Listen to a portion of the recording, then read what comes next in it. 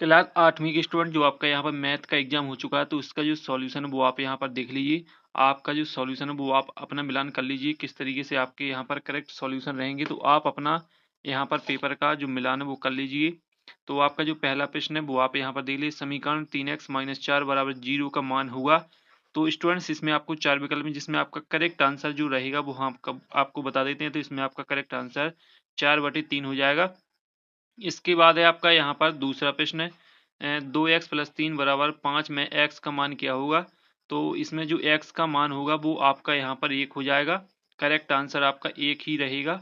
और इसके बाद आपका आता है यहाँ पर तीसरा प्रश्न। तीसरा प्रश्न देख लीजिए, निम्नलिखित में से किसके लिए सभी कोण बराबर होते हैं।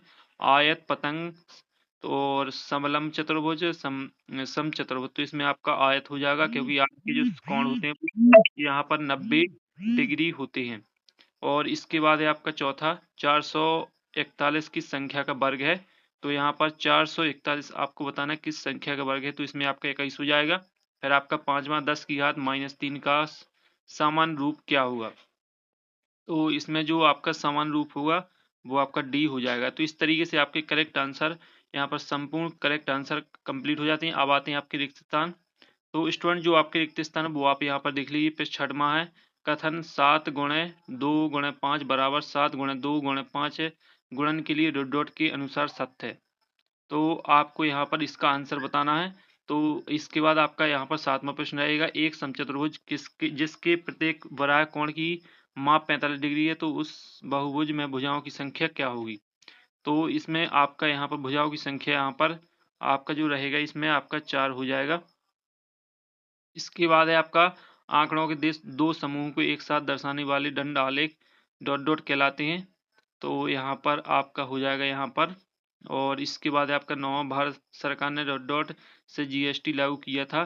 तो यहाँ पर आपका जीएसटी कब लागू हुआ था। तो इसमें 2020 हो जाएगा।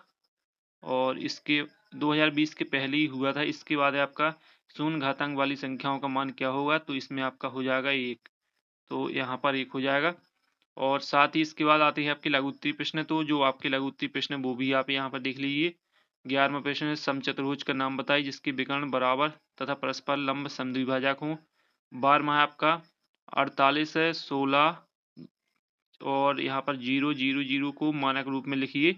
तो इसमें आपको मानक रूप में लिखना है। मानक रूप में आपको किस तरीके से लिखना है, आपको इसको लिखना है यहाँ पर मानक रूप में कि यह कितने है। तो आपको यहाँ पर मानक रूप लिख लेना है, इकाई दहाई सैकड़ा के तरीके से आप लिख सकते हैं। इसके बाद है आपका यहाँ पर 13वां प्रश्न है, अनुपात किस प्रकार की राशियों के पारस्परिक संबंध को व्यक्त करता है। तो यहाँ पर हो जाएगा, यहाँ पर अनुपातिक x/y जैसी राशियों को यहाँ पर व्यक्त करता है।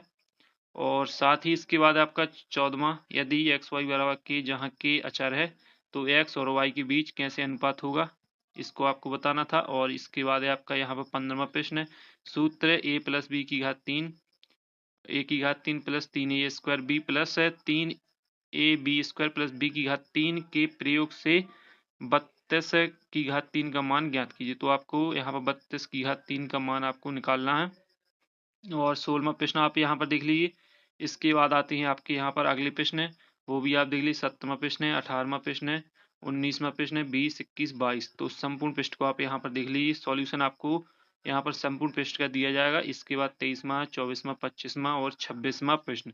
तो इनके स्टूडेंट जो सॉल्यूशन है, जो आपको यहाँ पर सॉल्यूशन है वो आपको यहाँ पर मिल जाएंगे यहाँ पर टेलीग्राम ग्रुप में। और टेलीग्राम ग्रुप की आपको लिंक वीडियो की डिस्क्रिप्शन में मिल जाएगी। तो वहाँ से टेलीग्राम चैनल को ज्वाइन करके इस पेपर का संपूर्ण सॉल्यूशन आप देख सकते हैं। तो अगली वीडियो में स्टूडेंट्स फिर मिलते हैं, तब तक के लिए जय हिंद, वंदे मातरम।